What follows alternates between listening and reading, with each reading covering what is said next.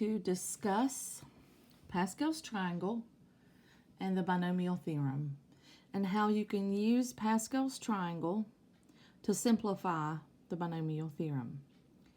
This is page 54 for your notebook, or if I've assigned this on another time besides 2020, then it'll be whatever page I've told you that it is. And this is day 29's work. The first thing you need to know and need to see is Pascal's Triangle. And what Pascal's Triangle is it is simply a pattern of the coefficients when a binomial is raised to a power. What I mean by binomial raised to a power, you're going to have a binomial inside parentheses raised to some sort of power. And so the Pascal, which is pretty cool, and most students will then say he must have had a lot of time on his hands, but Pascal figured out that every time a binomial was raised to a power, the pattern, no matter what was within that binomial, the pattern remained the same.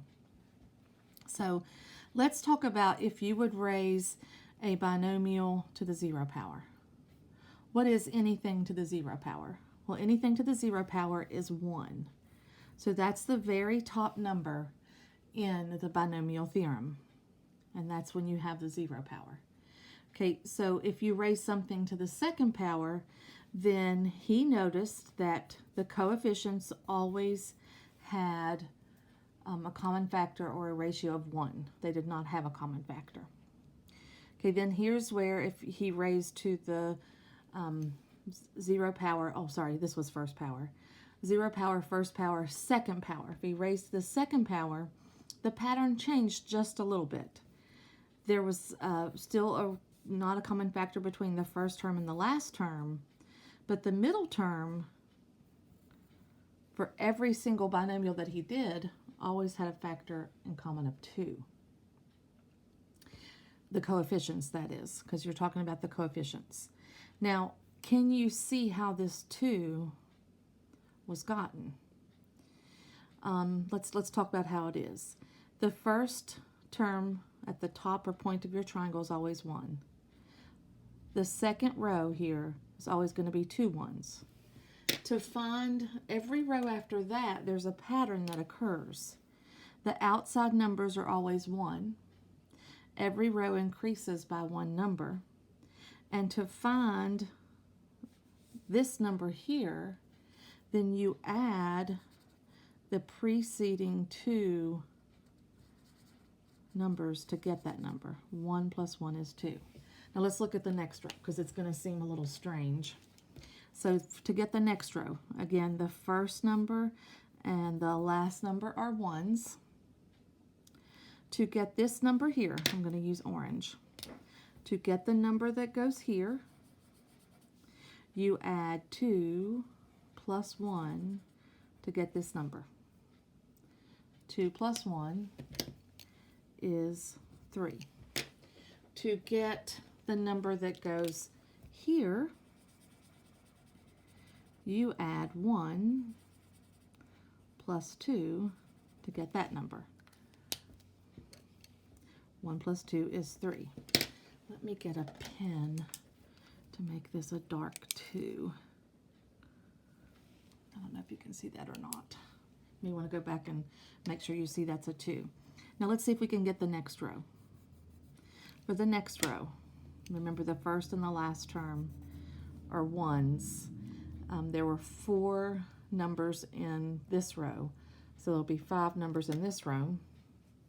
To get the number that goes here, you add this number to this number. So 1 plus 3 is 4. To get the number that goes here, you add this number to this number. So 3 plus 3 is 6. To get the number that goes here, you add this number to this number. So 1 plus 3 is 4. Okay, see if you can pause for a moment and do the next row and get it correct.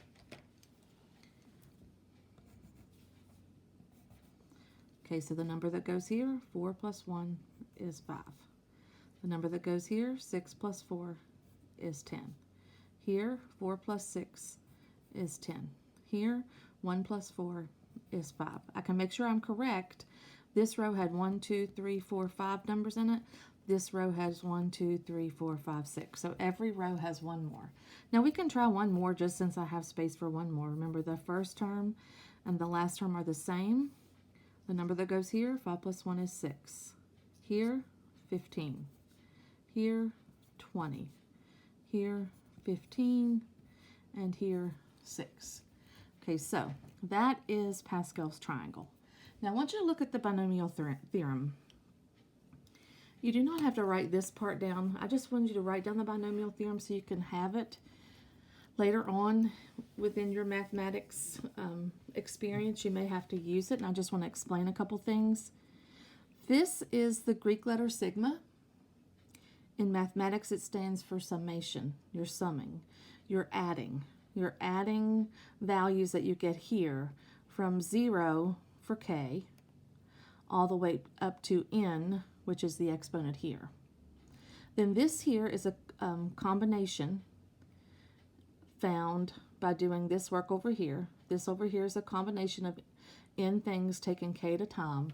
And here's the formula for that combination. You don't have to have this, but n factorial divided by n minus k factorial divided by k factorial. If you've done any work in Alex, you've seen this factorial symbol. It just means, this is just extra, you don't have to write it down. If you see 3 factorial, does not mean to say 3 emphatically. It means in mathematics to do 3 times 2 times 1, which is 6. So it just means repeated multiplication with whole numbers, starting with the given number down to 1. That's all that exclamation point is. And again, that's called factorial. F-A-C-T-O-R-I-A-L. So that's just extra. You do not have to know that. But this is the binomial theorem. We could go through and find each term in this expansion, because that's what we're doing here. We're expanding. I'm going to write that up here. We're expanding binomials. That's what we're doing.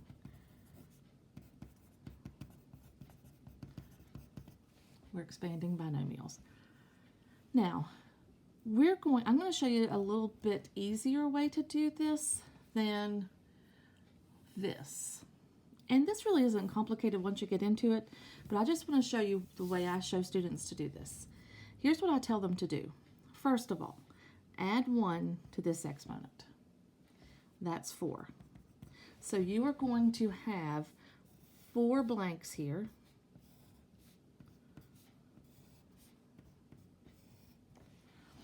Okay, in those blanks, I'm going to start, first of all, I think I'll put my Pascal's triangle in. I'm going to put 3 different things that I'm going to multiply within each blank. The first thing I'm going to put is the corresponding row up here that has this many terms. So the row that has 4 terms is here, 1, 2, 3, 4. So I'm going to put 1, 3, 3, 1. Then I'm going to use this first term, x. I'm going to start, since it's on the left, I'm going to start on the left with x and raise it to the original power 3. Then in the next space over, I'm going to use descending order and put x and raise it to the next lowest whole number power, 2.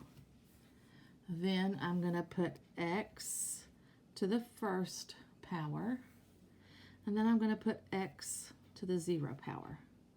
So every single exponent is represented. Then I'm going to go back through, I'm going to put times, so I'm going to multiply 3 things in each of these terms. I'm going to go through and I'm going to start with this right-hand term on the right-hand side, and I'm going to put 2, then I'm going to raise it to that power of 3. Then I'm going to do just like I did with the x's, but I'm going to go to the left. I'm going to go here and put 2 and raise it to the second power. Here I'll put 2 to the first power and 2 to the 0 power. Then I'm going to multiply each of those numbers in the terms and variables, and then I'm going to circle that answer once I have it multiplied. Okay, so if I do 1 times x cubed times 2 to the 0, that means I have 1 times x cubed times 1. Anything to the 0 power is 1. Here, I'm going to have 3 times x squared times 2 to the first power is 2. Here, I'm going to have 3 times x times 2 to the second power, which is 4. I'll go ahead and bring those plus signs down just to not lose them. Then here I'm going to have 1 times 2 to the third power, which is 8. And now let's multiply one more time, because I did order of operations. I did my exponents first. Now I'm going to multiply. 1 times x cubed times 1 is x cubed. 3 times x squared times 2, 6x squared. 3 times x times 4, 12x. 1 times 8 is 8. Now I want to quickly show you, I think I'll flip this paper over just so I don't have to grab another piece of paper. I want to quickly show you what we just did in this amount of space, that we could have done another process, x plus 2 to the third power. Let me quickly show you that. So x plus 2 to the third power, you couldn't see that, now you can, means I have x plus 2 3 times, which means I need to multiply these two together, x squared plus 2x plus 2x plus 4. I need to combine like terms within that first product. I'd have x squared plus 4x plus 4. Then I need to multiply this trinomial times this binomial, x cubed plus 2x squared plus 4x squared plus 8x plus 4x plus 8. Then I need to combine like terms. So then I have x cubed plus 6x squared plus 12x plus 8. X cubed plus 6x squared plus 12x plus 8. And so that gives me, this process gives me a way to multiply or expand this binomial more efficiently. Okay, so let's go on to the next example. I'm going to add 1, and that means I'm going to have 5 blanks. 1, 2, 3, 4, 5. Okay, and then I'm going to go up to Pascal's triangle and find the row that has 5 numbers in it. 1, 2, 3, 4, 5. So I'm going to do 1. It's going to be the row that has 1, 4, 6, 4, 1. 1 times 4 times 6 times 4 times 1. And then I am going to start on the left-hand side with x and have x to the 4th power, x to the 3rd power, x to the 2nd power, x to the 1st power, and x to the 0 power.